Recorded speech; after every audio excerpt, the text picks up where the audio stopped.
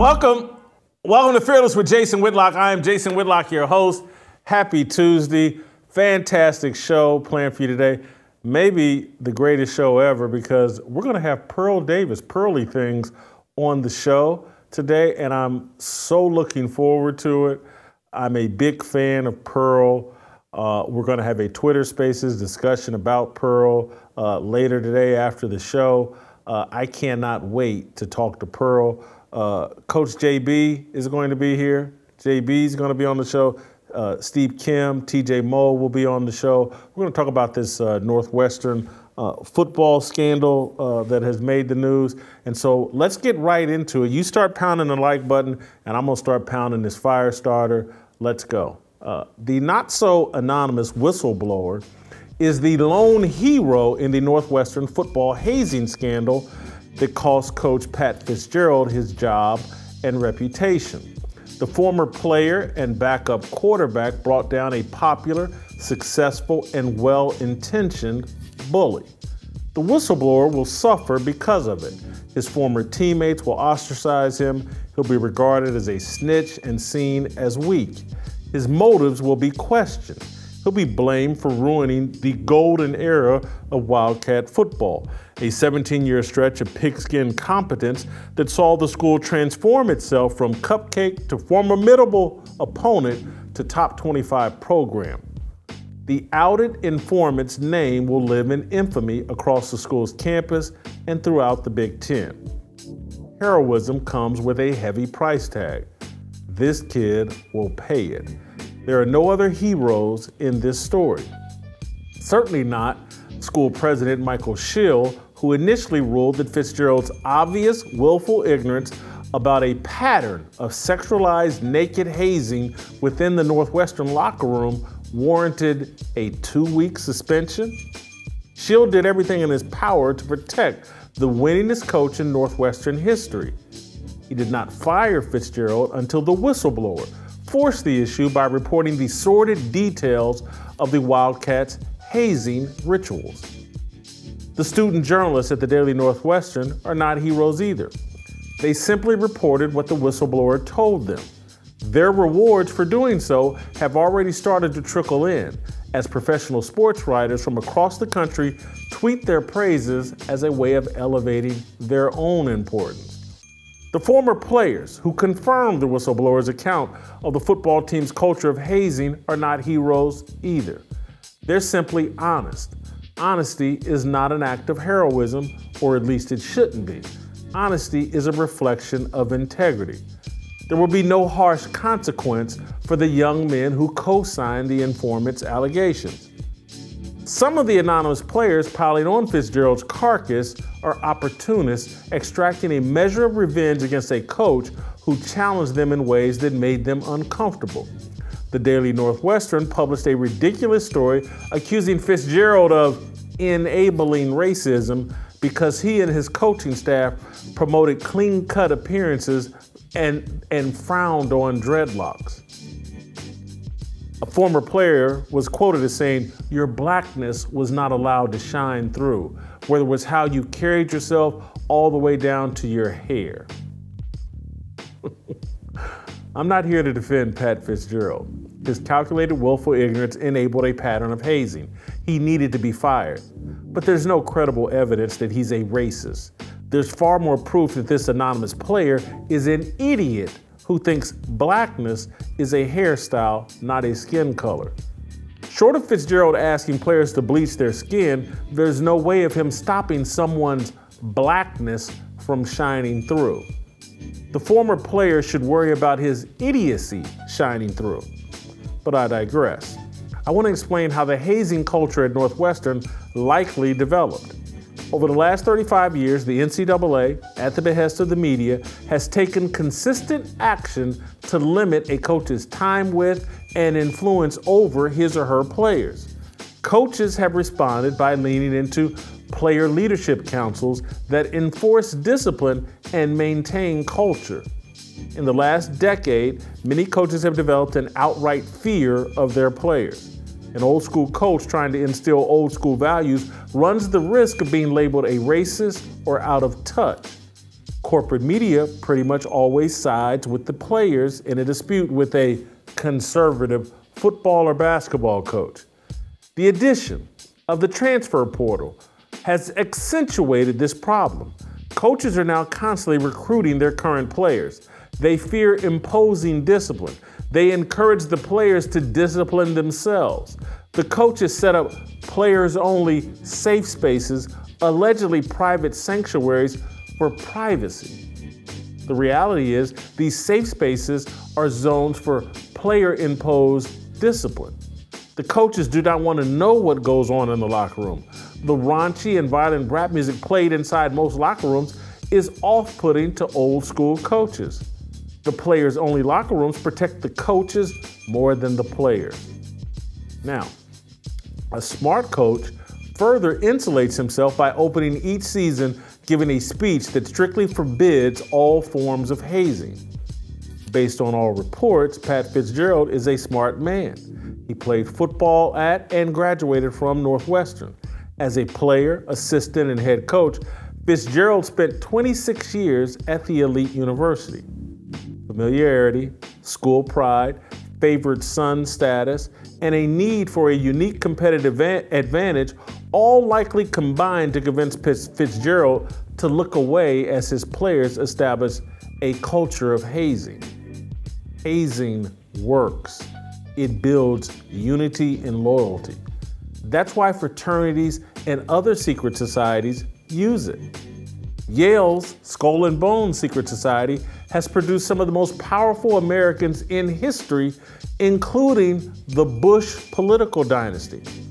According to credible reports, Skull and Bones requires members to masturbate inside coffins and anal stimulation, aka sodomy. Pat Fitzgerald is the Prescott Bush of college football. If you follow my analogy, that would make Northwestern whistleblower the Jim Garrison of college football. Garrison was the infamous New Orleans district attorney, the only man to bring charges against the people involved in the assassination of President Kennedy. Chew on that. That is my fire starter. I just somehow analogized Pat Fitzgerald to the assassination of JFK. Hats off to me. I hope, think about that, chew on that. The whole Skull and Bones, the whole Prescott Bush and his son George Bush, his grandson George W. Bush. Go look into that Bush dynasty family and their relationship to Skull and Bones and the kind of hazing and compare it to Northwestern. Hazing works in a big way, and it's generally perverse, and it's generally immoral, but it works. Shouldn't be surprised. It was used at Northwestern to build a football, in Northwestern's mind, a football dynasty. Anyway, Jason Brown's going to be here to help me discuss this, Steve Kim and TJ Moe. But before I get to JB, I want to tell you guys about our sponsor and purpose in life, Preborn. It is my prayer that there will come a day when abortion will be abolished. Then we will look back and see the atrocity of what has been done. We're experiencing the impact of abortion in our lives, the breakdown of families, the trauma that comes from a woman being pressured to have an abortion, and the steep decline of morality that justifies this atrocity. How then shall we respond? Do we stand back and say, this too shall pass? Or do we rise up and say, I stand for the innocent? Preborn stands for the helpless, and because of your generosity, Preborn is able to offer free ultrasounds to women. Once she hears that heartbeat, the chances of choosing life more than double. And years from now, when your grandchildren ask you, what did you do about abortion, Grandpa, Grandma? You can say, I saved a life through Preborn. I saved many lives. One ultrasound is just $28 to save a life.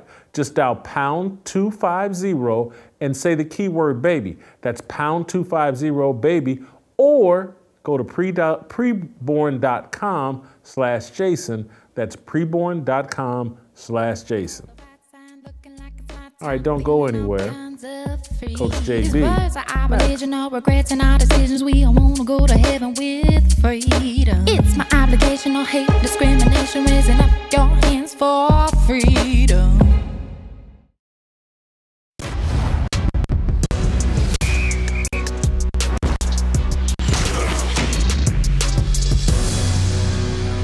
All right, welcome back.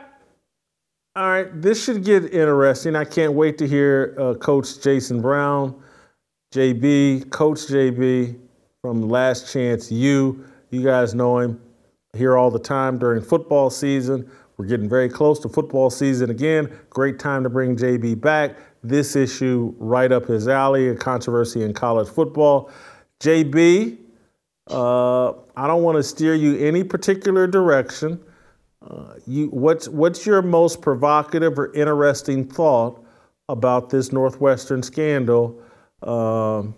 Did they do the right thing here, dumping Pat Fitzgerald? No, it's a cowardly act by a PhD holding president and AD who was not even in the country, who, by the way, people don't really realize this, 6 months ago this investigation was taking place, and then they've given him a 2-week suspension. AD goes out of the country and decides to fire him. Cowardly act. We continue to see it over and over and over. The cancel culture wins again, and it blows my mind. This guy's been there 17 years. Steve Kim came on my show this morning. We brought this up. How many coaches do you know that could have won their division a few times like Pat did? I've known Pat a long time.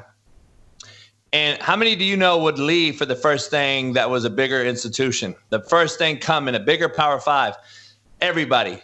Pat wanted to be at Northwestern. 17 years as the head coach, played there, was a great player, by the way, played for Coach Barnett, I believe, in the 90s. He wanted to be there. You can't find that anymore. Most people need to be there to get a new job. Pat wanted to be there. It's a slap in the face for the coach that actually gives back to his players like he did. And I got a little insight on this because not only have I had players there who texted me last night who think this is complete BS and a witch hunt. Now you have buddies of mine who coach for Pat, a former offensive coordinator for Pat, a black man, by the way, who has come out and said this racial undertone and this racial baiting thing is a complete BS witch hunt. Because I've coached for Pat. I've been around Pat. This kid named Ramon Diaz came out on his Twitter basically saying Pat Fitzgerald from 2005 to 2008 was racist towards the offensive players. Now, my good friend was the offensive coordinator, a black man, during that same time, recruited Ramon Diaz and said that couldn't be further from the truth. So it is complete BS, and it blows my mind that a university that you and I both understand, Jason, just wanted to fire him because he went 1-11 and he won 4 games in the last 2 years. And disagree. Let's be honest, though. You know damn well they're throwing this guy under the bus, and let's just fire him. Don't throw him under the bus and call him racist now. Or say that he knew there was a... That's the student paper. That's the student paper doing something irresponsible and stupid. But JB, are you suggesting... You don't think any of this naked hazing was going on in the locker room? Here's my take on this, and it's very finite because you know the Joe Pa deal and the Penn State issue is very, very it's a very, very, slippery slope, and I do believe Joe Paterno knew. I believe if you're a head coach, CEO, or COO of any corporation, company, or organization or university football program, you know what's going on under your eyes. I don't care what anyone says. If it was happening, I know Pat well enough to where I think he would have addressed it and would have took it up the ladder. I don't believe he's hiding it like Joe Pa and those guys did. I think he would have known. So if it was happening, I believe there is something going on to where it was either so minute that it wasn't either A, something to bring up the ladder, or B, he knew about. I'm sure there's been things I didn't know about under my program, but if it was something big, I guarantee you I knew about it or I was going to find out. Same with Pat. I'm pretty sure if it was that big, he would have known about it and would have did something about it. Again, this is a guy who wanted to be there for 17 years. He had many opportunities to leave there, Jason. And I'm just trying to be clear here. Why? If it's your place, you love, you played there, you've coached there 17 years, you've given your all back, you've given back your own money for facilities. Why would you sabotage yourself? Like I don't see it from him. Not a guy of his character. I don't. JB, you do know hazing works. It does build unity and loyalty. That's why it's hard to get rid of. And so if you're at Northwestern, you're competing against Michigan and Ohio State and Penn State and all these schools that are flush with cash, and you can look the other way as a culture of hazing gives you a competitive advantage over your peers, perhaps you intentionally look the other way. Let me, because I've dove into this quite often, and I've seen this before. This isn't the first time that we've had to deal with this either. I wanna share something with you real quick. Breaking. Okay, this happened yesterday. 670 The Score has reported that Northwestern baseball head coach Jim Foster has created now what we call a toxic environment in the program and broken the spirit of the team. The report also said Foster made inappropriate comments about a female staff member. So wait up. Do you think we have an issue at the university led by a guy holding a PhD maybe who should look in the mirror? Or do you think we have a bunch of coaching issues on this university? Why are now all coaches are toxic and we have just a crazy environment at Northwestern all of a sudden? By the way, you got to have a 4.0 to get in. Like, let's be clear here. What are we really talking about? Or are we just soft and we're entering the portal like this kid did Soto, who was a horrible quarterback, a walk-on kid who didn't play, now has come out and said this guy's racist? Like, which one is it? Is it a guy who doesn't want to compete and is mad at getting yelled at? Or is it a guy that really You're mixing up people. Soto is the equipment manager, student staffer that wrote the long letter in support of Pat Fitzgerald. Ramon Diaz is the offensive lineman, Hispanic, that said they made him shave Cinco de Mayo into his head. But his allegations were against teammates, not against Pat Fitzgerald. There were some anonymous black players. Yeah, I'm pretty sure there were some anonymous black players that said, "Oh man, they asked me to cut my dreadlocks. They're racist." Hold on, no. There's an alleged ex-quarterback. I gave the wrong name. Carl Richardson, who's the whistleblower. Carl Richardson, that's the whistleblower. Yeah. Yeah. You know, I apologize. Yeah. So, and the Soto kid was the equipment guy. You're right. And so I'm just trying to figure out, like, the quarterback Richardson was god awful. Let's just be honest. And the coach didn't want him to. I mean, basically, you can't play here. You're not going to play here. And if you can't play at Northwestern, brother, you're probably not very good in today's age with the NIL and the transfer portal. So let's just be honest. Like, is it really more of a butthurt situation and a pride thing? Or is it where we live in a very, very peculiar era? These guys will throw you under the bus in a New York minute. We're in the era of prank videos for likes and clicks. We're in the era of jacking Uber drivers and taking their car so we can film it. JB, here's a confirmed era that we've been living in for a solid 200 years. Hazing works. Sure does. Hey, it's indisputable. And so coaches will be tempted to look away or to promote things that work. They'll either, if they shouldn't be doing them, but it works, and they need that competitive advantage, they'll look away or they'll promote it. And I could see a former linebacker at his alma mater thinking, oh, this it's just,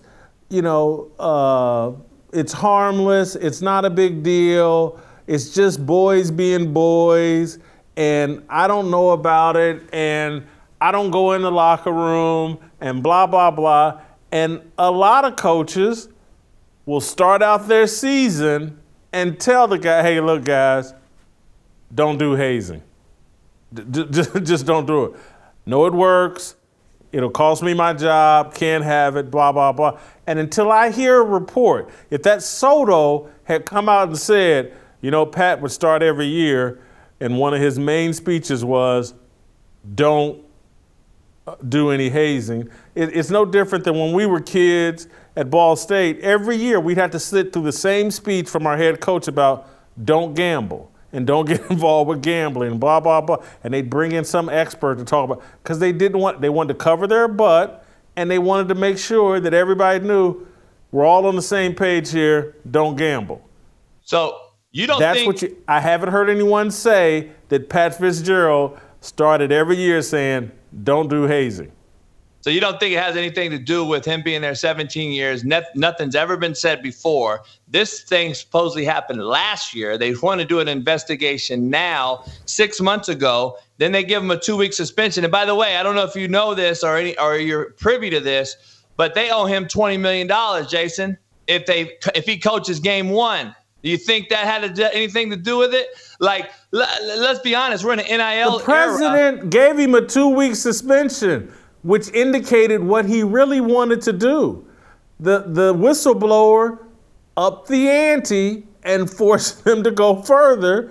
And I gotta look, I don't know if I would have done what the whistleblower did, because I wouldn't have participated in any kind of naked hazing. And when they told me you got to do some kind of quarterback center exchange with a naked guy, not here, bro. Missed me with that. And again, that's not me just being a tough guy. That's not me being that's just like there was lines in the sand that you just not going to get me to cross. Yeah. And so I can't say I would have done what this guy did, but I'm not going to knock this guy for squealing about it, because there was too many other players that confirmed it, and I can't deny it. And Pat Fitzgerald's an idiot for allowing it. JB, have you dove into the 11 players that have came forward? No, I'm sure they're all disgruntled. Well, they're not only disgruntled. It ain't the starting QB, the left tackle, the starting Mike Backer, the starting DN. They're scrubs. They're nobodies. They're walk-ons. They're guys that got cussed out because they're horrible. Guess who knows about this, Jason? This guy, me. Hi. I think I've been there. I've been in these locker rooms. By the way, this locker room that you played in, just like I did, just like everyone we know, it once was the most intimate setting in the world, wasn't it? Where you dealt with it as men and you kept things in-house. And if it was that extreme, then it probably came out. I don't care if it was in 81 or 2001. It was going to come out if it was that bad. If it wasn't that bad, it stayed in-house and probably made the team better, and camaraderie was built, as you stated. So this whole thing, the ironic time drop of this whole thing to me is why it's a witch hunt, in my opinion. Knowing Pat personally, his character doesn't allow this. He would have got to it. He would have found out. I don't believe this thing was that big of a deal. I think they've blown it out of proportion because of who the 11 people are. Like, if it's a starting quarterback and the starting quarterback from 10 years ago, and if it was the Mike Backer who won Rose Bowls and stuff, okay, we got a problem. But if it's these scrubs who are entering the portal anytime they can anyway, why not take someone down on their way out? That's what they do now. They want to do it they want likes and clicks. They want to be on Jason Whitlock's show. Come on, man. This is unbelievable. JB, I'm gonna call Darnell after today's show and make sure you're not doing any hazing of Darnell. Hey, by the way, somebody went up to 610 radio at Kansas City, hung up on me about 3 months ago, and then they tried to bring me back on, and I told them to pound sand, basically, and then they still went on and did a whole show about me. Thank you, JB. Good job as always. I knew I'd get a different take out of JB. I wasn't expecting that take, but I knew I'd get a different take out of him. He's got my man Darnell Smith working with him on his show now, and Darnell, if JB asks you to remove your clothes, don't do it, bro. I got your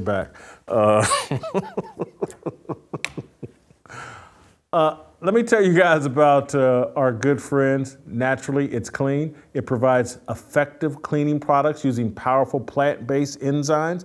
These are hospital-grade solutions that won't reek of nasty chemicals. Bob Vila says Naturally It's Clean has the most eco-friendly carpet stain remover on the market today. I personally love these products. You've seen it. I've given them to my mom. I got them in my own house. If you go to my Instagram page, I did a video, me and my mom using Naturally It's Clean. I love everything about Naturally It's Clean. The products are manufactured right here in the US of A. They offer free 2-day shipping on all cleaning kits. Their Essential Starter Kit, which features 4 of their most popular products, is one of their top-selling items. My audience can get an additional 15% off for a limited time by visiting naturallyitsclean.com/fearless. Keep your home clean and support companies like Naturally It's Clean while you do it, because they support you and your conservative values. They support our biblical values. I've had Win Fisher here, conversation with him. He's one of us. He thinks like us. He supports what we think. You have an opportunity to clean your house with a product, with a company that supports you and your values. Plus, the product is amazing. It's better than all the other cleaning products out there that you've got at the store. Naturally It's Clean/fearless. Jason's Essential Starter Kit by visiting naturallyitsclean.com/fearless. naturallyitsclean.com/fearless. You can email me and us, fearlessblazeshow@gmail.com. All right, we heard from a college coach. Now let's hear from a former college football player, TJ Moe, next.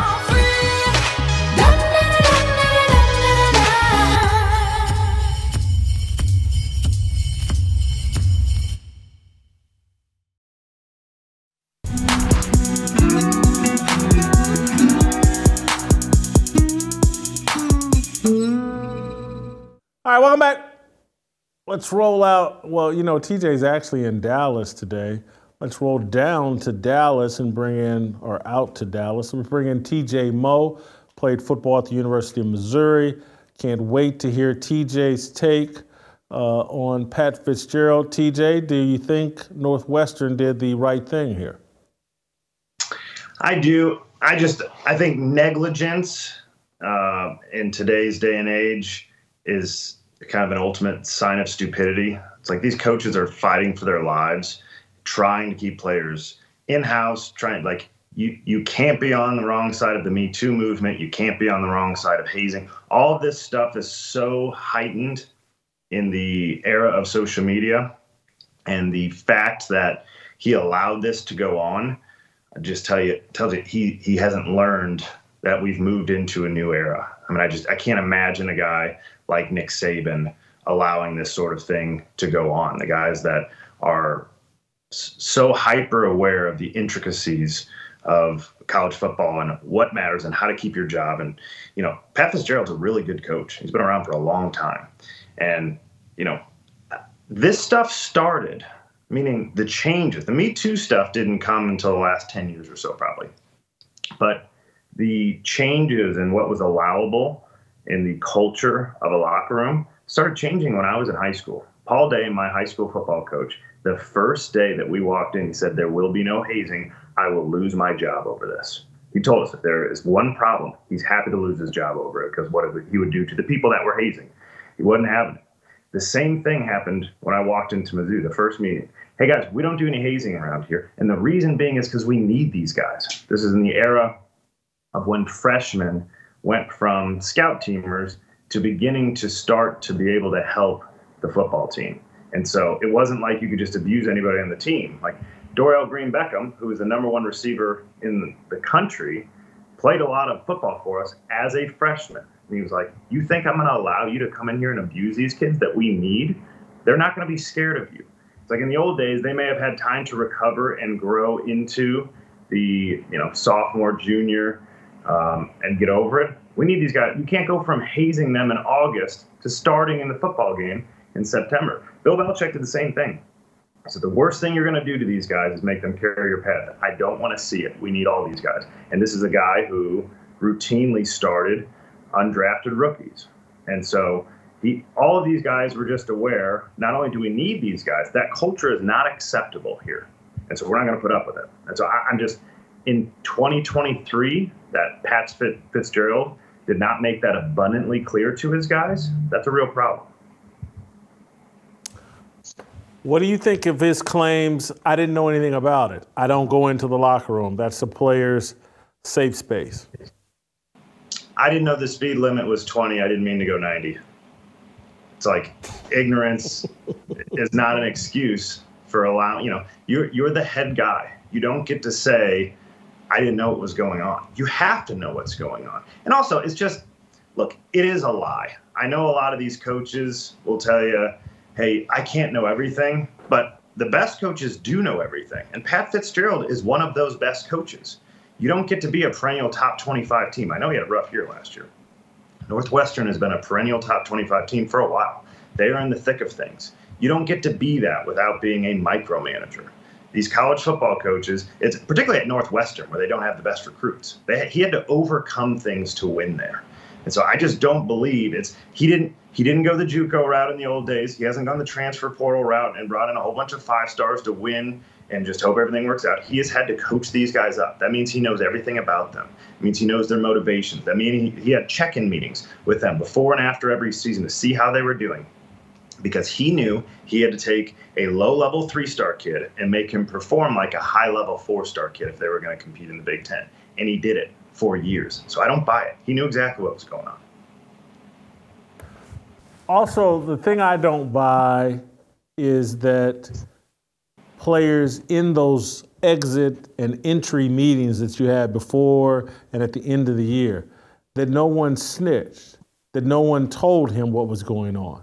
I don't buy that because players do snitch. I can remember, our players, I wasn't involved, but the older players were very frustrated with our quarterback because he smoked too much weed. And they told the coach. And at the end of the year. And we basically the next year moved on from the guy and played the younger guy because, the players they thought he was, his addiction to weed was costing us games, and so they squealed on him. I think that is commonplace, and you can't convince me that 100 guys in that locker room, no one said, hey, man, they're dry humping guys and doing some really weird sexual stuff in the locker room, coach. You may want to take a look at that. It's hard for me to believe no one said a word. I was that guy. I think I've told you this story off air before.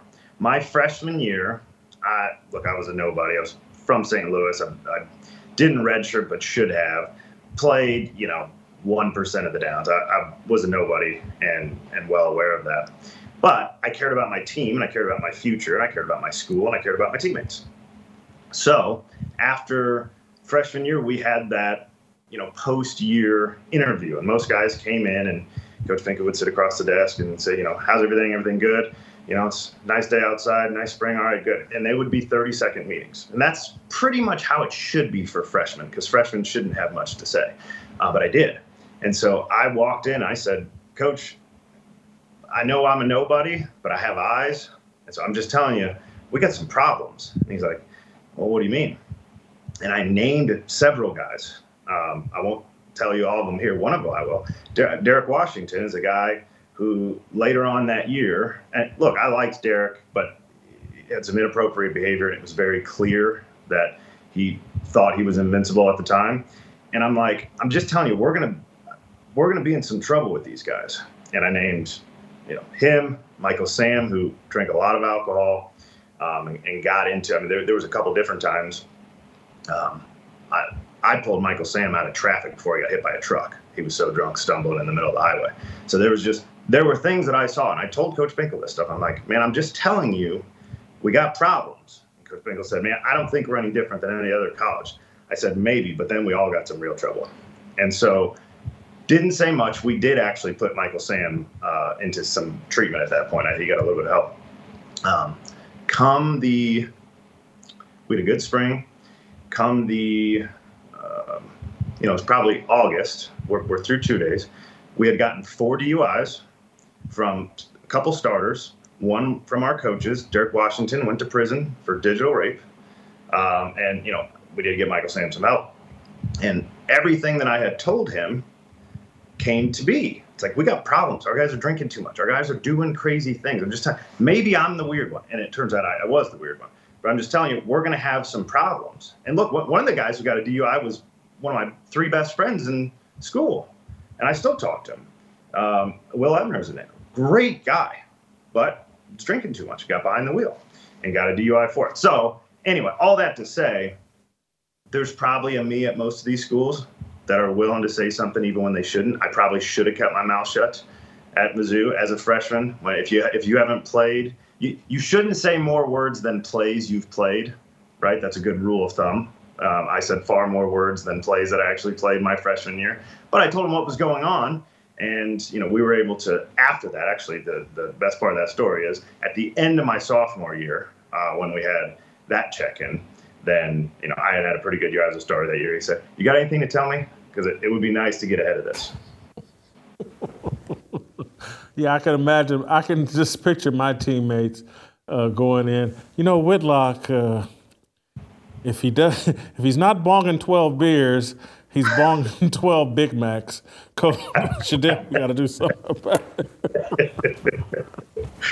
Oh, man. But, yeah, I think they didn't have a choice. I think they tried to avoid firing Pat Fitzgerald. They produced him. He graduated from their university, most successful coach. The president tried his best. And what do you think of my assertion that the whistleblower, who, has been called out and named over Twitter, a guy named Carl Richardson, I think the guy's heroic. I really do. I think that he stood up to the bully and it won't be popular. He'll pay a price. He'll be ostracized. He'll be ridiculed. But I think what he did is heroic. Am I wrong? I don't know if you're wrong. It's very hard to know people's intentions. And so was he, like the point JB was making, is he just a disgruntled former player that, had a bone to pick with Pat? Who knows? I will say it's a good outcome because it's not acceptable behavior. I was never, because of the teams and truly because of the great coaches that I had an unbelievable coach at every level. Because of those great coaches, I never experienced hazing. I never participated in it on either side. Was never asked to. I was never in a fraternity. So I've never even been around hazing. That stuff is appalling to me. So I will take your word for it that it works. I haven't looked into it enough to know either direction. I'm not saying it doesn't work. I'm just saying I've never even been around it. No team I've ever been on. And so people say there's bonding stuff. I don't understand it, having never been associated with it in any way. There were in high school, there were guys that approached it and you would have think they just committed murder the way my coach responded to them. So I don't know anything about that. I'm just saying there are better ways to bond with people than getting them naked in the locker room and forcing them to do some pretty ridiculous things that they'll remember the rest of their lives. I agree, but TJ, military basic training used to just be organized, controlled hazing. And from the shaving of heads, all of it was just a different form of hazing. And if you look at fraternities, and I can speak most authentically about black fraternities, the tradition of hazing and the kind of loyalty and bond that it makes among those guys that all pledge on the same group, same line, it's undefeated. And then again, and that's one of the reasons I made the point about Skull and Bones at Yale. Those guys basically take a blood oath, and they call themselves brothers by blood or brothers under the skin or whatever. And I mean, they do some weird stuff. They get in coffins and masturbate and get sodomized, and and it breeds a loyalty that is nearly unbreakable.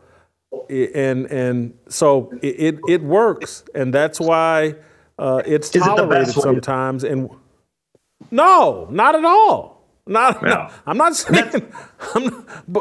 But that's what people resort to when they can't compete. When Michigan's getting 5 stars and you're getting 2.5 stars, hey, I wonder if we can build a stronger culture than Michigan. And I know a shortcut to building loyalty and a bond among my players.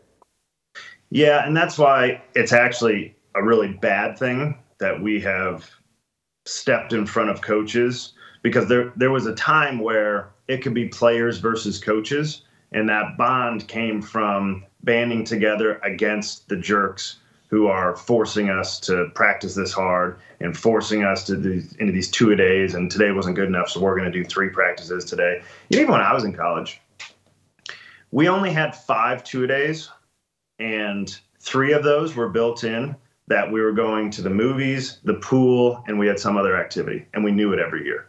We had 2 2-a-days the entire year. This is before we've gone super woke and crazy. This is 2009, and we already knew it. And this is from an old school coach, Gary Pinkel, who's a college football Hall of Famer, he grew up during the time where you did real 2-a-days, and again, if it wasn't good enough, you did 3-a-days.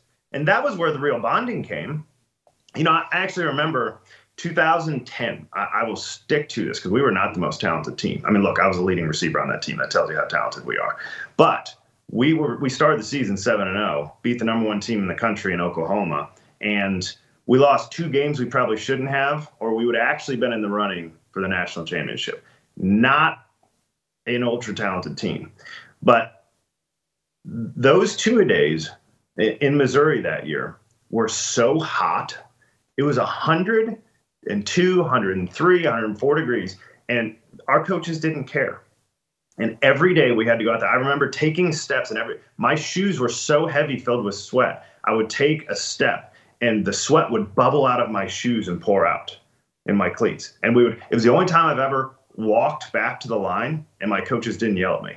It's the only time in my life. And I swear to you that those string of practices, 2 weeks or so, built us into a tougher team that bonded together and allowed us to overcome things we wouldn't have done. And so you have to have that adversity that you go through it together. The reason I don't like hazing is because it turns the people that you need the most against you. I don't love that. Certainly, it's like I don't want to walk into the locker room and be afraid of the juniors and seniors. That doesn't seem right to me. I want those guys to be on my team against. Maybe it's manufactured against the coaches who have to be against you in order to create this. Maybe it's just you against the world. I've never walked into a locker room and been afraid of my teammates, and I can't imagine how bad that would be. I texted a former coach, college coach of mine, and was lamenting, like, with this transfer portal, we used to have these things when I played called help sessions. That they were to help remind you to what you're supposed to do. And I used to get, I just got a laundry list. I was always on the help session list. And the help sessions started at 5:30 a.m. on a Saturday. And you did burpees for like an hour. And, and I was like, you can't do help sessions anymore because of the transfer portal. Can't give guys the help they need. And if the coaches if your cell phone went off in Coach Pinkel's meeting, you had what they called 3-legged dogs. All right, it's bear crawls, but you only get to use one leg. 10,000 yards, and that was your bit. Until you got done, you weren't practicing anymore. If your phone rang in the meeting. So we used to have real punishments. We used to have real 6 a.m. They called them boards, where you had a 2x4. And you would have to put it on the ground on turf. 2x4 is not going to move on turf very well. And you had to sprint there and back as many times until the coach decided you were done with that and that you had learned your lesson. There was real times, real punishment. It was good. It was a time where the punishment needs to make it so you don't want to do the crime again. And there was a time where we could do that. And now it's just throw your hands. I'll give you another good example of how we tried to bend this rule because of good players. Now, this is before the transfer portal, but Sheldon Richardson, again, guy that I like, was a little more irresponsible than I would have preferred. He refused to go to class. And so we had, in order to stay eligible, right, it's we would get reports from all of our teachers, just who was in class, who wasn't, particularly people who had lower grades. We got daily stuff from all of their teachers. Were they in class? How many times this week? What are they doing? And Sheldon, who was look, Sheldon's already made more money than I'll ever make in my life. He's plenty successful. And so he was well aware he was about to be a first-round pick, and he was. But Sheldon wouldn't go to class. And this is the end of 2012, and we actually assigned one of our GAs to him in a golf cart to pick him up to go to every single class and take him to class. And eventually one time he just didn't go, and we had to suspend him against Syracuse, and that's likely the reason we lost that game. And it's like we actually went through with the suspension. It was a stupid idea to act like he was so special that we could go to his house, pick him up on a golf cart, drop him off at his class, and wait outside the class. That was his whole job, this poor GA. Munir Prince, who was Munir Prince, one of the fastest human beings I've ever seen, went to DeSmet High School, played at Mizzou with us. Unbelievably nice human being. But it's like, hey, man, you're a GA. We're not teaching you football. You're on Sheldon duty today. And he had to go wait outside this class until Sheldon was done, and then he'd take him back home or he'd take him to the next class. And so anyway, there were days we did that. Eventually we had to suspend him. We played Syracuse without Sheldon, lost that game. That's what we didn't get into a bowl game because of that. And so anyway, back when there were consequences. Today you would just say, don't worry about it. Stay eligible. If the NCAA says you're eligible here, and you'll be fine. Thank you, TJ. Great job as always. Appreciate it. Hey, as the presidential primaries get underway, it's crucial that the candidates address the issues that Christians care most deeply about. That's why I'm excited to tell you that Blaze Media is teaming with the Family Leader, a pro-family, pro-marriage, pro-life organization, to host the Summit, the first presidential forum of the election season. And here's the best part. The event is going to be moderated by none other than Tucker Carlson. Join us this Friday in Iowa as Tucker sits down one-on-one with each one of the candidates to ask them the questions Christian voters want to hear answered. And when he's done interviewing the candidates, Glenn Beck will join Tucker on stage for an exclusive interview just for our Blaze TV subscribers. You're not going to want to miss this, so head on over now to blazemediasummit.com to subscribe and use the code SUMMIT for 30% off your subscription. Remember, you'll need to be a subscriber to watch Glenn's interview with Tucker, so go to blazemediasummit.com and use the code SUMMIT to save. All right, get your Fearless Army swag at shopblazemedia.com. The Korean Cosell, Steve Kim next.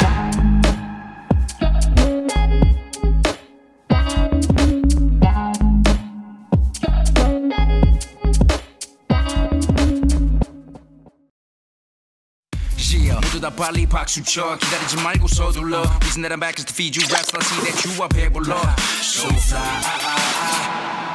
Okay, we've heard from a college coach, former college player.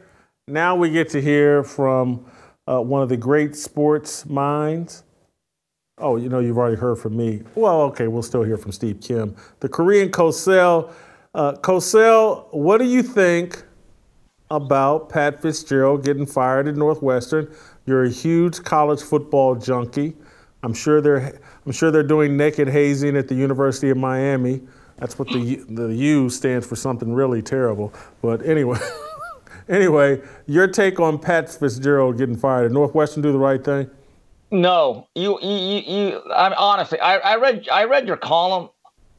I mean, you take a 2-week vacation from my show, put me away from my audience who misses me.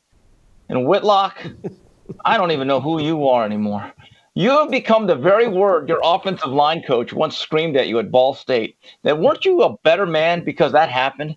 Do you want that taken away? You know what? In the immortal words of Logan Roy, to paraphrase him, we are not serious people anymore. Look, I'm just going to make this clear. The sexual stuff and all that other stuff, that's out of bounds. That needs to be curbed. But on a serious note, Jason, I have a question. Is Pat Fitzgerald being punished to this degree because the Northwestern's original decision was too light? That's the question that I have. I mean, again, if they're going to make that decision, stand on it. But I have a question. If they really had all this evidence and they believe, hey, it's a 2-week suspension, okay, but why suddenly do you go from giving a parking ticket for jaywalking to now the death sentence? I don't get it, Jay. Really? Explain this to me. Okay, let's say that after the OJ verdict in the original trial, let's say the jury came out the next day and said, damn it, we made a mistake. we tallied the votes wrong, and if we recalculated and he's guilty, would you complain? Would you complain that they reached the right decision later?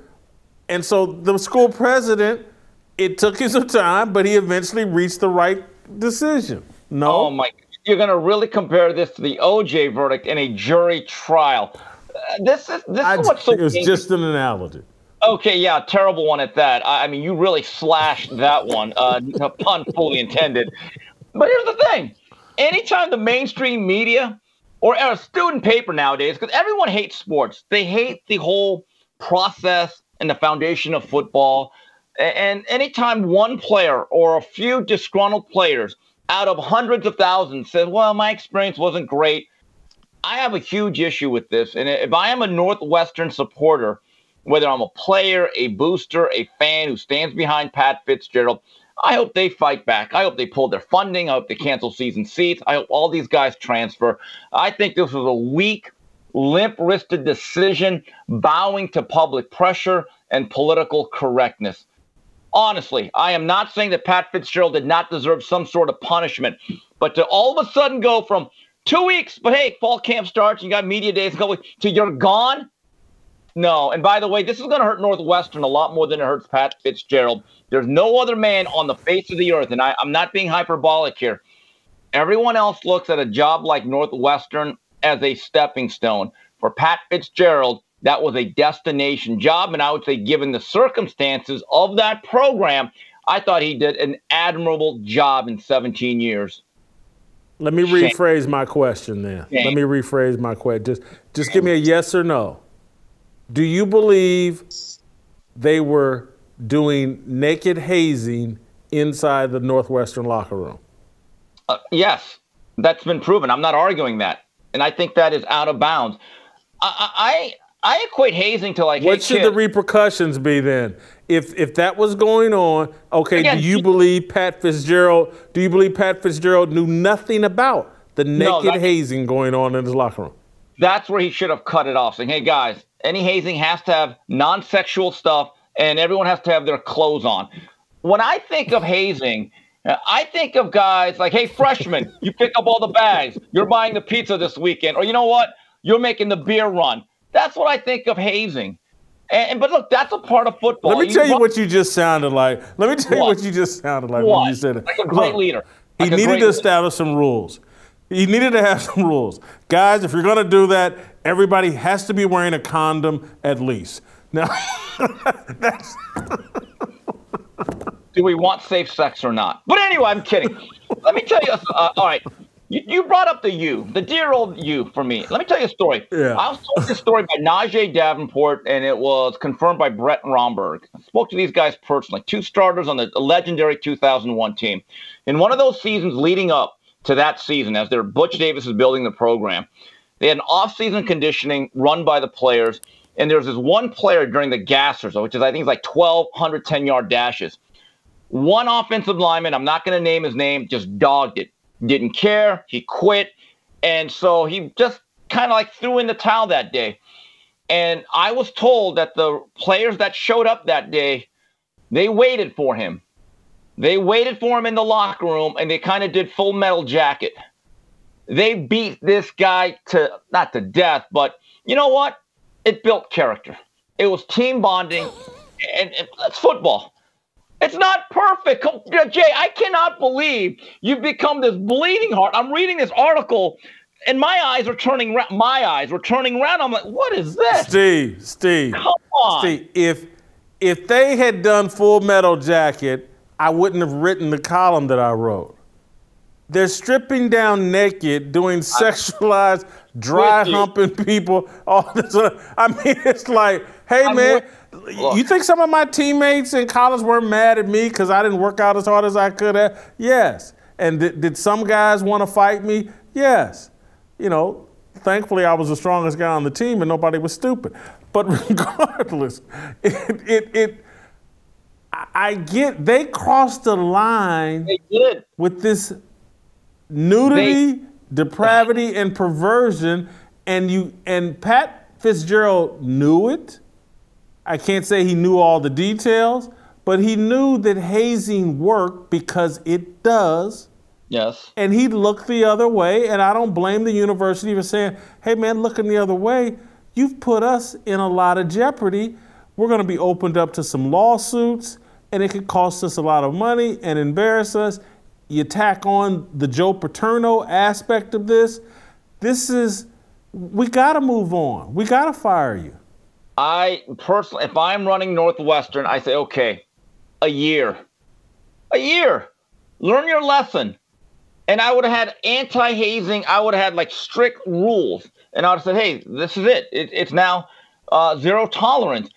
But this guy is, and again, I know some people think it doesn't matter, but I think it certainly does to a certain degree. Pat Fitzgerald is literally their most decorated football player who's done an unbelievably good job of shepherding one of the toughest programs in the country. And because of him, and this is the greatest tribute I can pay to Pat Fitzgerald, they are now actually investing into football, taking new facilities, a new fancy stadium, and that's still a very tough program. I don't think they do a lot of NIL. They don't really do the transfer portal. And academically, get this, they actually get real students. So, it's not an easy job. It's basically the Stanford of the Big Ten.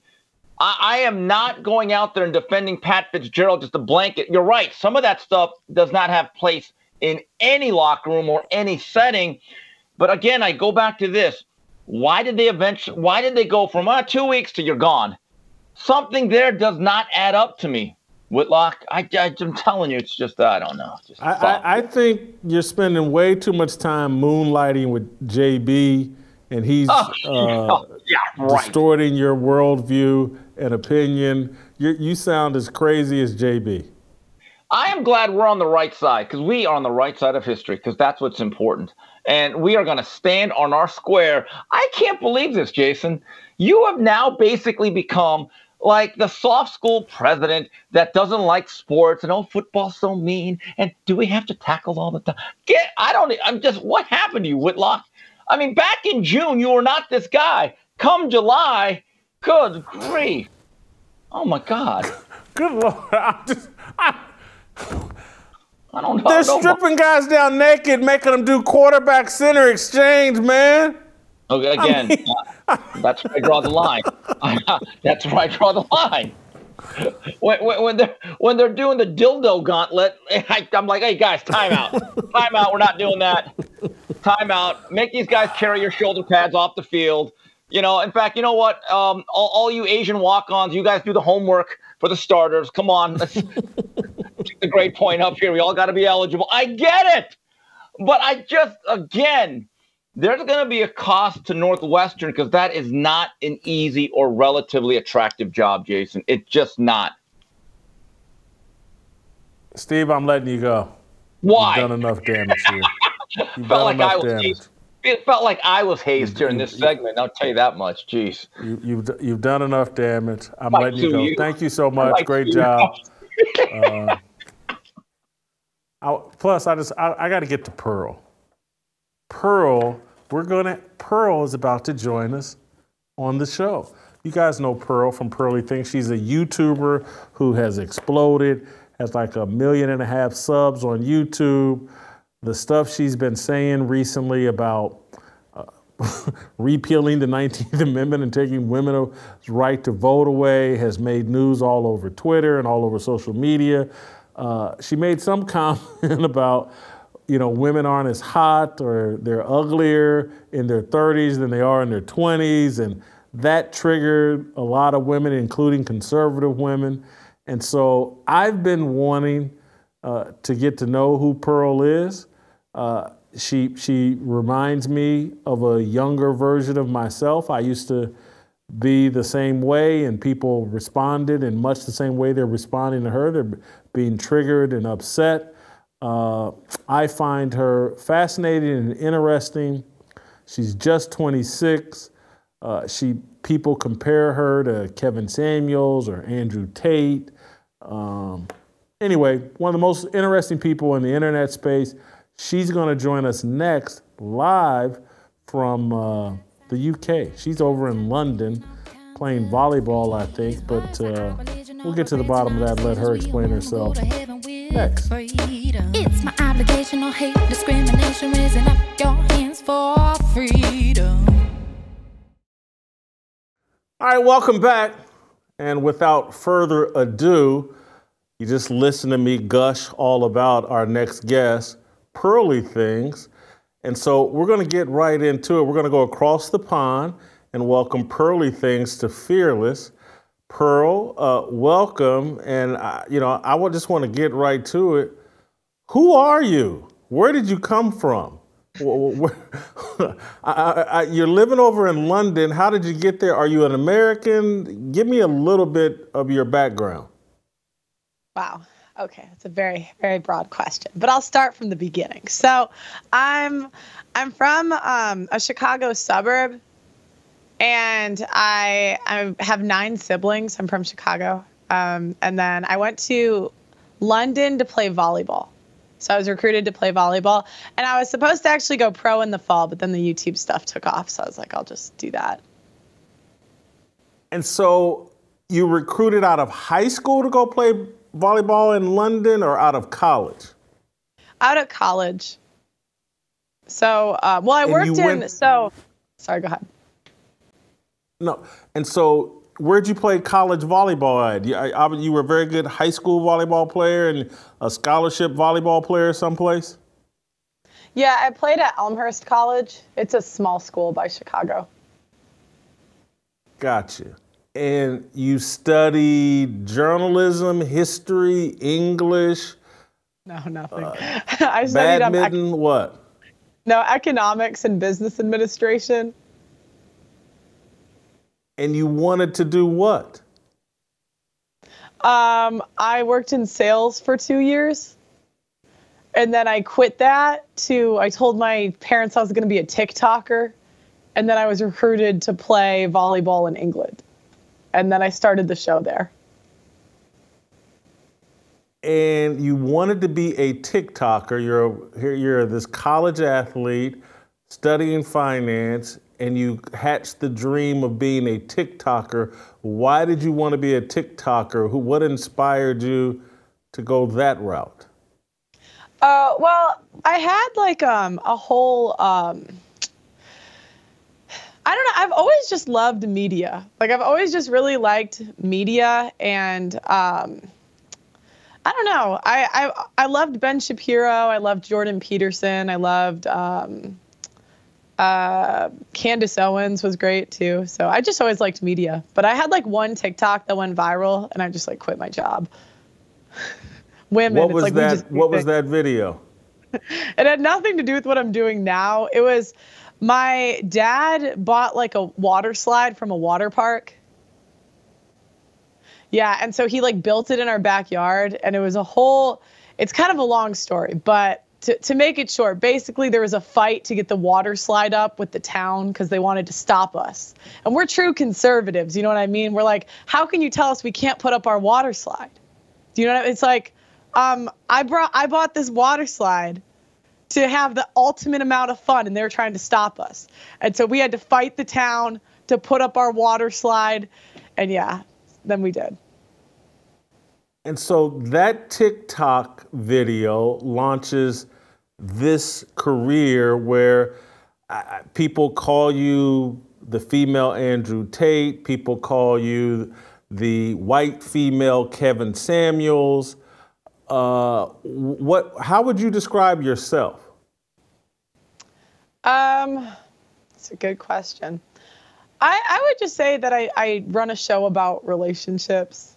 You know, I love Andrew Tate, and I was a huge Kevin Samuels fan. I was on Kevin Samuels' show, so I take it as a compliment. But I think both of them do such good work. I feel like, yeah, it's a compliment. So were you on Kevin Samuels' show just as someone that called in, or were you already a bit of a personality and he invited you on the show? No, I just called in one day. So this is what is so fascinating about you, is that people watching you, listening to you, is like, This is the stereotypical suburban white girl in America. How does she even know about Kevin Samuels? Why is she even watching Kevin Samuels? How did that connect? What sparked that interest?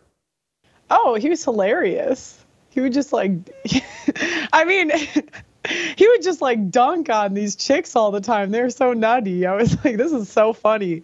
And I thought his stuff was really helpful, to be honest, and just like learning how men think. So I thought it was helpful as a chick. But I'll tell you, the first show I saw of his, I was triggered. I was absolutely triggered. Not when I called in. I was post-triggering. But he was talking about high-value men. And he was listing out the categories. And I was like, oh my gosh, my dad's all those categories. And then he was like, high-value men cheat. I was like, what? I was like, I was triggered. I was like, my dad does no such thing. But, you know, then I kept watching his content because I was kind of like hooked. And then I just thought it was really good. And so you start out kind of TikToking about nothing, and it seems like you have, over the past year, maybe even the past 6 months, like discovered, like, no, this is my lane. This is what I'm leaning into. As it relates, and here in the past few months, you've been very critical of the feminist movement. And I've heard you already mention that your family is conservative, and you're, I have to assume, conservative. And so I'm wondering, were you familiar with Rush Limbaugh at all? And does that help explain any of your anti-feminist views? No, I've heard his name a lot. I listened to Rollo Tomasi a good amount. And I think he kind of came from that school of thought, because I've heard of Rush Limbaugh, but I've never actually listened to his stuff. Sorry, I don't know him. But I've heard the name, but no, I don't listen to his stuff. No, okay, I actually think I'm more conservative than most conservatives. I think I'm like an extremist. Yeah. I would think many people over the past couple of months would agree with that when you start talking about taking away the right to vote for women. And yes. It's like when you first say that, it makes your mouth drop. But then when someone like me thinks about it, it makes total sense. It really does. I wrote a piece 6-7 months ago about that what we've done with the vote is we've disempowered the family, and that women used to not vote because the vote actually represented the family. Now the vote represents individuals. And so, you know, I read your tweets and see some of your videos, and I'm like, hold on, this woman is really well researched and has a conviction to her beliefs that I think some people are underestimating. And it makes me, and not in a disrespectful or suspicious way, but just in like wanting to know way, is there someone mentoring you, helping you, or is this all just 26-year-old Pearl doing her own research and talking with her own friend group and just leaning into her worldview? I wish I could find a friend group that didn't think women should vote. That would be the best friend group ever. No, okay, it's just like a rabbit hole. Like once you go down it, okay, because I first started researching the anti-suffragettes, right? And I found out only 5% of women like wanted to vote, and I thought that was weird. And then I started thinking, like, what are women better at than men? I've been researching for months. I can't think of anything. Yeah, and it just is like a rabbit hole. You start to look up, like, because then I was like, do men pay the majority of the taxes? I was like, oh my gosh, they do. They do the majority of the infrastructure. They're the majority of the military. I was like, every business that we need in society, they run, which I've heard from, a couple different people.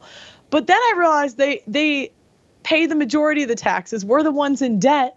And I realized that the liberal women were the ones that all the politicians are catering for. Because, okay, I'm sorry. I know this is a long-winded answer, but I started doing a divorce documentary. And I couldn't believe all these guys that were just getting screwed over in court. It was crazy. These men, I read texts of men that the woman was trying to get the man to hit her so she could get a free lawyer. Crazy. She's still got primary custody. So I'm like, why is this whole system discriminating against men? Why is there this Me Too problem?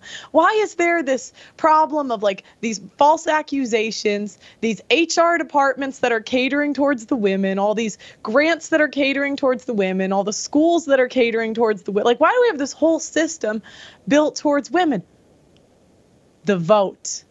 Because women vote. And none of the politicians can win without the women voting. And that was how I came to that conclusion. Are you religious? That was the other question that has floated across my mind. Are you a Christian? Are you a believer? So I'm a Catholic, but I would say I'm like, I'm maybe like a once a monther. You know what I mean? Like, I wouldn't put myself in like the best, you know, Catholic, but I'd say like, once a month I'll go to church. So I don't know where that makes it fall. Well, I'm just wondering, a lot of things you say are consistent with a biblical worldview, but I never hear you talk about God. And that's what made me say, well, how can she know these things and believe these things so strongly if she doesn't have a biblical worldview? But I guess you can, or maybe you do. Look, when I was your age, I grew up in Baptist church, Protestant, and was off into the world and having success and didn't go to church, didn't read my Bible, but I had grown up in the church. And I didn't realize until I got much older, like, oh, the reason I think all of these things are because of my religious upbringing, that I had a biblical worldview, even though I was not a practicing Christian. And so part of me looks at you and thinks that she doesn't know it yet, but she has a very biblical worldview, and the truth that you're looking for, you're going down these rabbit holes, they're all in the Bible. You don't have to look much further in the Bible. But I'm not telling you to believe that now. I'm telling you that as you continue to search for the truth, you're going to figure that out. Yeah, I agree. I did 12 years of Catholic school. And how do you feel about all the blowback that you seem to be getting? You've upset a lot of women by saying they're not as hot at 35 as they are at 25. And that's one of the things that you say that I actually quibble with a little bit. I don't think a woman reaches her full beauty peak until her 30s, but that's just a small disagreement. The overall gist of what you're saying, I think is true, but how do you feel about, and that's the other thing that impressed me, how you kind of stand in the pocket and don't back down from your critics, but how are you dealing with all the criticism that goes along with having such strong opinions? Oh, I think it's funny. That was the funniest week on Twitter ever. All these ladies tweeting me their pictures. Yeah, I mean, the critics, I just think it comes with the territory. If you're going to be on the internet, you're going to be criticized. But back to the beauty thing. It doesn't really matter if you think women are the most like beautiful in their 30s, because like from a fertility point of view, men are like biologically predispositioned to like younger women. They've even done it on like scent tests. Yeah. I certainly am aware that, men like younger women, and I'll plead guilty to that. And, my dating history speaks to all of that. But you've hit women in their funny bone. I think you're telling the truth, but is that truth important enough to express because it perhaps prevents women and others from dealing with the perhaps more substantive truths that you talk about? Oh, I think it's really important we know we get uglier with age. I think women would be married sooner if, we realized that at 35 we're not hot. As hot, sorry, 35-year-olds, as hot. So I gotta be delicate with how I unpack this. You're a former athlete, you're 6 foot tall. Yes.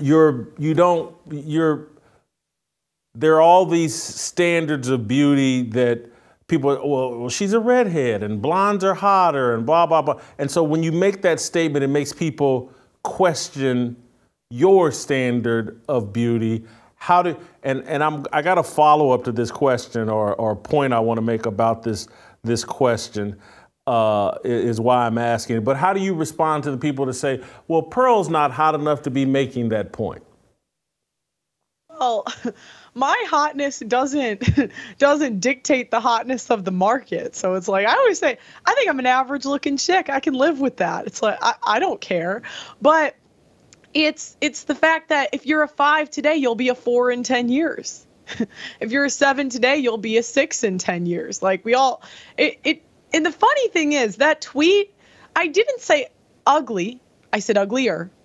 I did not say, I actually think the original tweet was, no, you're not better looking at 35 than 20. It was something like that. I can't remember off the top of my head. I never said there's no beauty at 35. I just said there's less, which used to be common sense. Like they would say, make sure you get married young. They'd be like, what do they call you in China? It's like a leftover woman. At 30, you're like a leftover woman. So does that put any pressure on you in terms, you're 26, you're not married. Do you feel pressured to get married soon? Yes, I do. I'd like to get married soon. So here's an observation or realization that you've actually helped me come to. And this relates to your own beauty. And keep in mind, I'm certainly old enough to be your dad, so I'm not trying to flirt with you or hit on you. I'm talking to you like a dad would talk to his daughter. There's a beauty that comes from innocence and purity. And again, I'm talking to you like a dad talking to his daughter. You emote innocence and purity, and it makes you more attractive. No different than masculinity in a man, confidence in a man makes him more attractive. People don't recognize, and one of the things you're arguing and talking about when you talk about body counts for women and how they've adopted a whore's mentality, they're undermining their beauty by sacrificing their innocence and purity. No different than a man who is unsuccessful, has no confidence, has no masculinity, sacrifices his sex appeal and beauty. And I've watched your videos, and I watched one this morning. Someone sent it to me of you. I think this was perhaps early in your YouTube career, but maybe you'll remember and know exactly when it was. But you did a video about Megan Thee Stallion and the song "I'm a Big Old Freak," and you broke down the song. You found those. and I'm just, if anybody watches it, you're emoting a purity and an innocence and it comes, and part of me was like, is this a performance? Is this an act? Is she really this? Naive is the only word I can think of at the moment, but it's not the exact word that I'm looking for.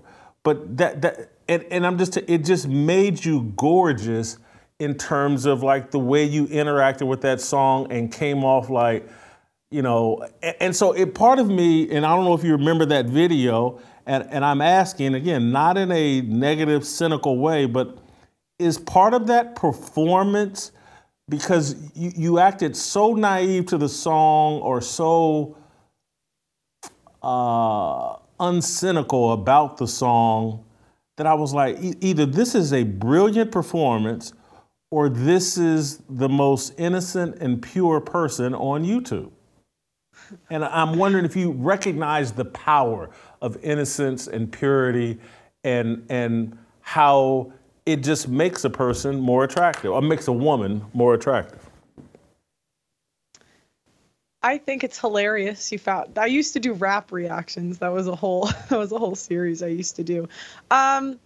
I mean, I think you lean into it a little bit for the rap reactions, but I mean, overall, yeah, it all started, those reactions, because I didn't know what was the word? A steppa was? I didn't know what that meant. And so my ex-boyfriend like told me that you should react to like these music, and he just thought it was hilarious. So that was how the rap reactions started. But yeah, I think there's a beauty about innocence, sure. I'm going to ask you a very personal question. Feel free to tell me, Jason, mind your own business. Okay. The boyfriend that told you to rap to rap video, black guy? Yeah. It's Pearl. I'm watching you from afar, and I got you read pretty well. And I mean that in a very positive way. You're an authentic person. I've seen a lot of people call you a grifter and say it's an act, but many of the things you say can only be said by a really authentic person. Because when you're really authentic, when you don't carry the baggage of worrying about, oh, am I going to get found out? They're going to find out I'm a secret racist, or they're going to find out this is all a grift. You don't say many of the things that you say. And I watch your videos and I'm like, this woman, her authenticity is why she's so bold. And I say that because it was the exact same experience for me. I've never cared what anyone thought about me because I knew exactly who I was. And there was a time in my 20s when, you know, people reacted jealously to my success that I think a lot of people are reacting jealously to your success. And they want to, you know, I was just thinking about the whole beauty thing. It was like, if I told people, hey, don't eat fast food, it'll make you overweight. The fact that I'm overweight doesn't dismantle that truth. And so the fact that you say, hey, you're not as hot at 35 as 25, just because you don't look like Gisele Bundchen doesn't dismantle that truth. And so I don't know. Kobe, who works with you or whatever, you know, introduced you or pointed me your direction, and I started seeing the videos, and then here in the last month, I've seen all the controversy and all the backlash to what you say, and I was like, man, and I mean this as a compliment, don't be offended, but I'm like, this is like a young female Jason Whitlock just taking on the world, and people are losing their mind, and they need to cut it out and enjoy it. But you kind of got the market cornered. And so what's next? What is it? Just continuing to build out the Pearl relationship brand, or do you have even bigger plans down the road?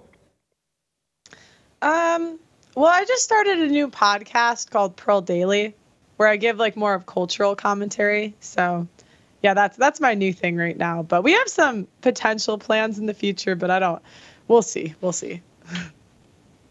Any chance you'll move back to America? Oh, dear God, yes, please. I need to get out of this country. No offense, England. No offense if anyone from England's watching. Thank you for having me the last 2 years, but I gotta go. America, USA. I need the big roads. The food isn't as good here. Like I need to go back. Yeah. Why have you lived there for 2 years? The volleyball thing? Yeah, well, I did 2 seasons of volleyball here. So that ended in like February or March. So it's funny, as I've been blowing up, like I've been on a team, like I've been playing.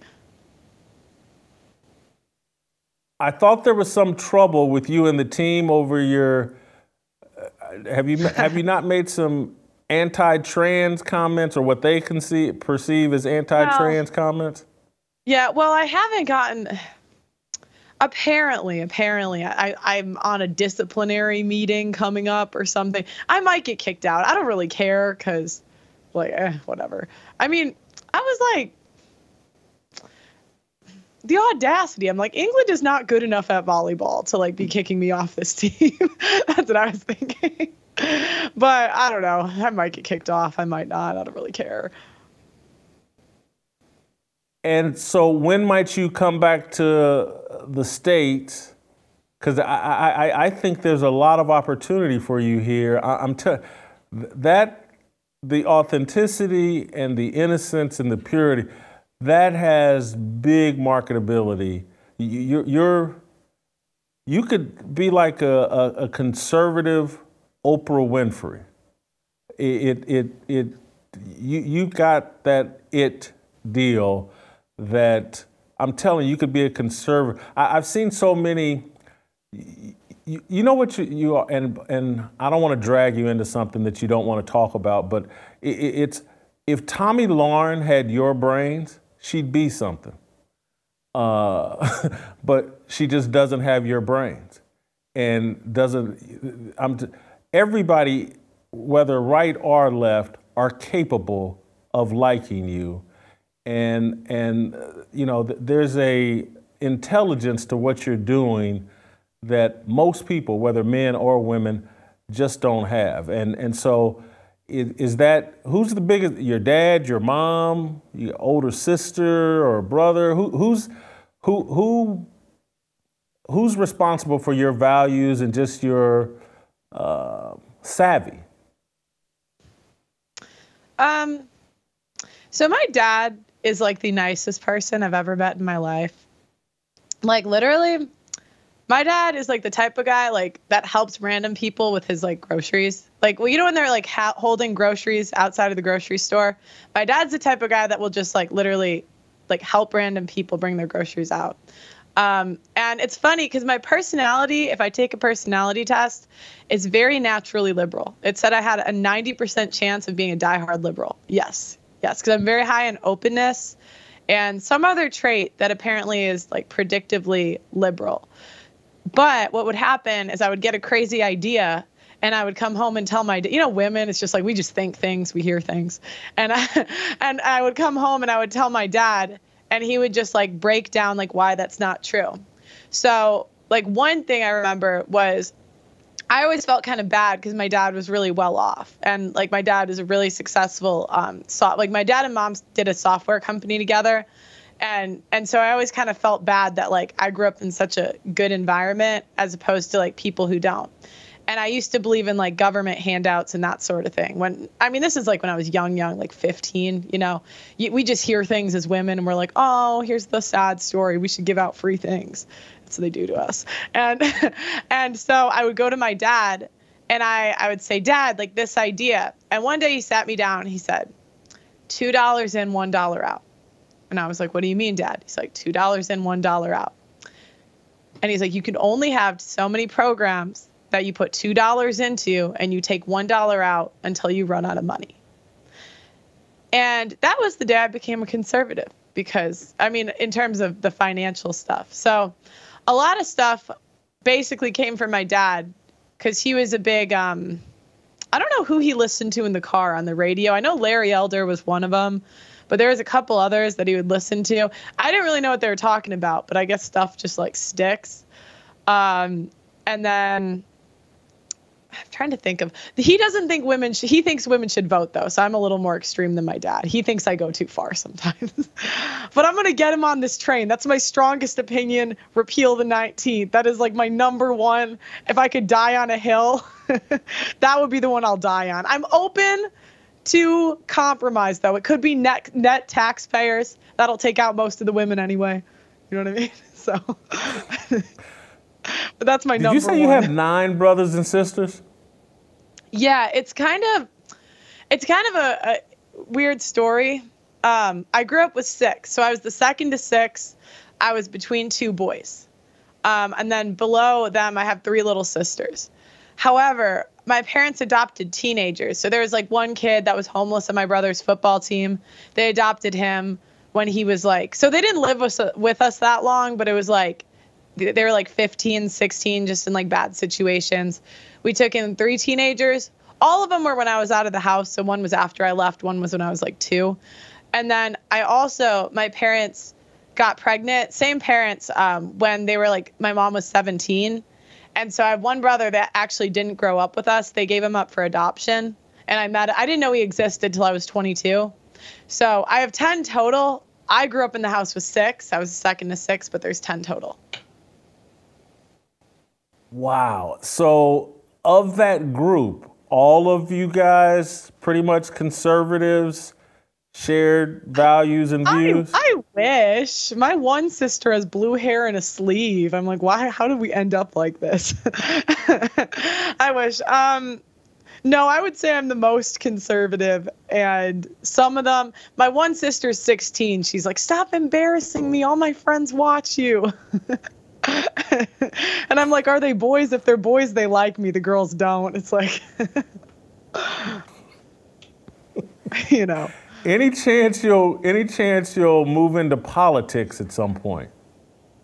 Oh, you know, I've always thought about running for an office, but really just trying to repeal the 19th, like just like getting us out of politics. Like I'm like, could I run for something so women can never run again?